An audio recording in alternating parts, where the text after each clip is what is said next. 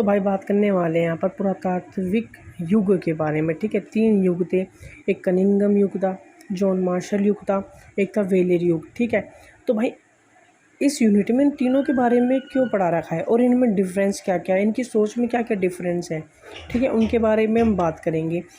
पहले भाई इनके योगदान के बारे में जान लेते हैं। ठीक है, अलेक्जेंडर कनिंगम से स्टार्ट करते हैं। अलेक्जेंडर कनिंगम कौन था और इसका भ्रम क्या था, इसका योगदान क्या था। ठीक है, भारतीय पुरातात्विक सर्वेक्षण के पहले डायरेक्टर जनरल, भारतीय पुरातात्विक के जनक कहा जाता है किसको, अलेक्जेंडर को। ठीक है, इन्होंने 19वीं सदी के मध्य पुरातात्विक खनन का आरंभ किया। ठीक है, ये लिखित स्रोतों का ज़्यादा प्रयोग करते थे, उसके आधार पर सभ्यता को उसके काल के हिसाब से बांट देते थे। ठीक है, अब इनके योगदान की बात कर लेते हैं। इन्होंने कई स्थल खोजे तो, लेकिन ये हड़प्पा सभ्यता को समझने में नाकाम हो गए। क्यों हो गए, अब इसके पीछे रीज़न देख लो। देखो, ये हड़प्पा मोहर को समझ नहीं पाए, पहला तो ये रीज़न था। ठीक है, मोहर को ये अलग अलग खंड में विभाजित कर रहे थे और कनिंगम का मानना था कि जो ये सिंधु घाटी सभ्यता है ये गंगा घाटी से पनपी है। ठीक है, सबसे बड़ी गलती इनकी यही थी। इनका मानना था जो प्राचीन सभ्यता है ना, वो मिस्र की सभ्यता, चीन की सभ्यता और मेसोपोटामिया की सभ्यता है। ठीक है, इनको नहीं पता था कि जो हड़प्पा सभ्यता है वो भी बहुत प्राचीन सभ्यता में से एक है। ये वैदिक सभ्यता में जोड़ते थे किसको, सिंधु घाटी सभ्यता को। ये भारत की सबसे प्राचीन सभ्यता किसको मानते थे, वैदिक काल को मानते थे। ठीक है, और इनका भ्रम कौन तोड़ते, जॉन मार्शल। अब जॉन मार्शल के बारे में हम जान लेते हैं। ठीक है, थोड़ी थोड़ी बात जानेंगे। ठीक है, जो आप पेपर में लिख सको। ठीक है, और यही पेपर में हर बार पूछा जाता है। जॉन मार्शल थे, ठीक है, वो कनिंगम की तरह ही थे। इनको भी खोज में बहुत दिलचस्पी थी और पहले के लोग कैसे रहते थे, कैसे खाते थे, इनको उनमें बहुत रुचि थी।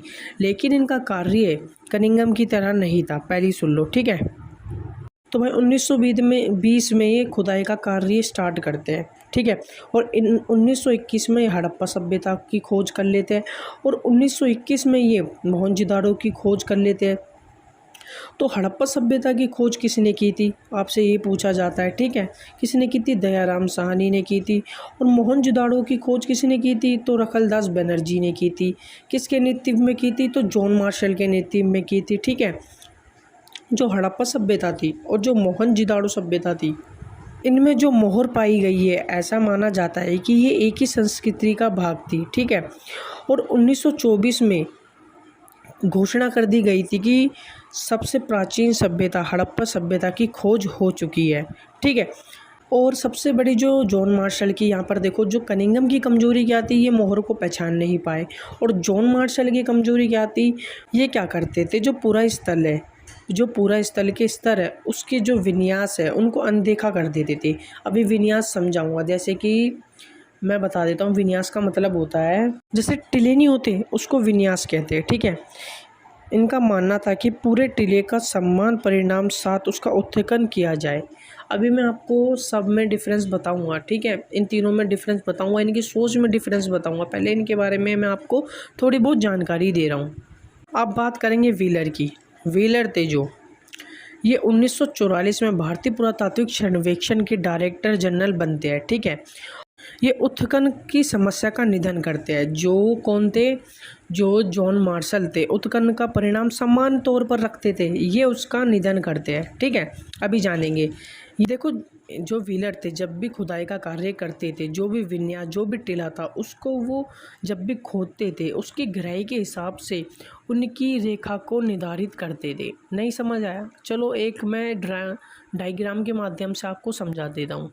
देखो, जो कनिंगम थे वो क्या पहचान नहीं पाए थे, हड़प्पा सभ्यता की मोहर का पहचान नहीं कर पाए थे। ठीक है, सबसे बड़ी गलती इनकी यही थी और जॉन मार्शल की जगह इनका नाम होता आज। ठीक है, अब बात करते जॉन मार्शल। जो जॉन मार्शल थे, इनके जो नीचे 2 बंदे काम कर रहे थे, एक थे दयाराम साहनी और एक थे रखलदास बनर्जी। ठीक है, उनको तो अभी उनकी बात हटाओ। जो जॉन मार्शल थे, जब भी ये खुदाई का कार्य करते थे, जब भी क्या करते थे, खुदाई का कार्य करते थे, जैसे कि कोई टिला है, जैसे कि मैंने यहाँ पर आपको ड्राइंग में दिखा रखा है, जो डायग्राम है, जैसे कि ये टिला है। जब जॉन मार्शल खुदाई का कार्य करते थे, तो जैसे कि जब वो खुदाई का कार्य करते थे, तो जैसे कि एक परत होती है, दूसरी परत होती है, तीसरी परत होती है, चौथी परत होती है। ठीक है, तो तो उसके हिसाब से उसका वो काल निर्धारित नहीं करते थे। वो मानते थे कि चाहे ये नई वस्तु हो या उसके नीचे परत के नीचे पुरानी वस्तु हो, ठीक है, ये इनको समान परिणाम से देखते थे। से उत्खनन की तकनीक के बारे में बात करें, स्थान देखो, समान तौर पर सबसे नीचे के स्तर पर मिली वस्तु प्राचीन मानी जाती है। ठीक है, क्या मानी जाती है? सबसे प्राचीन मानी जाती है। जो सबसे नीचे होती है वो क्या होती है? सबसे प्राचीन मानी जाती है।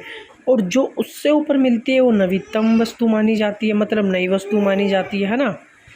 तो भाई इसी के आधार पर पूरा वस्तुओं का कालखंड में निर्धारण किया जा सकता है, लेकिन जो जॉन मार्शल थे वो ऐसा नहीं करते थे और इन चीज़ों को वो अनदेखा करते थे। इनका मानना था कि पूरे टीले के समान परिणाम के साथ उसका उत्खनन किया जाएगा।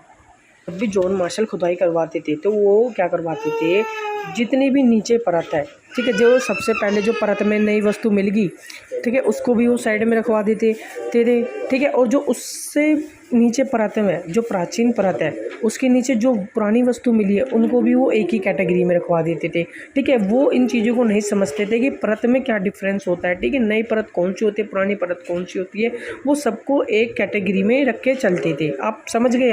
अब यहाँ बात करते हुए विलियर क्या करते थे? जॉन मार्शल की तरह बिल्कुल नहीं करते थे। इनको परत का हिसाब पता था। जैसे कि पुरानी परत है उनको अलग कैटेगरी में रखते थे और जो नई परत है उनको अलग कैटेगरी में रखते थे, ठीक है। आपको समझ आ गया? देखो दोबारा समझो। जैसे कि हम 3 परत में डिवाइड कर देते हैं। सबसे ऊपर जो मिलेगी वो नई वस्तु होगी, उससे जो नीचे मिलेगी वो तो उससे थोड़ी पुरानी वस्तु होगी, जो सब में नीचे मिलेगी वो सबसे पुरानी वस्तु होगी, ठीक है।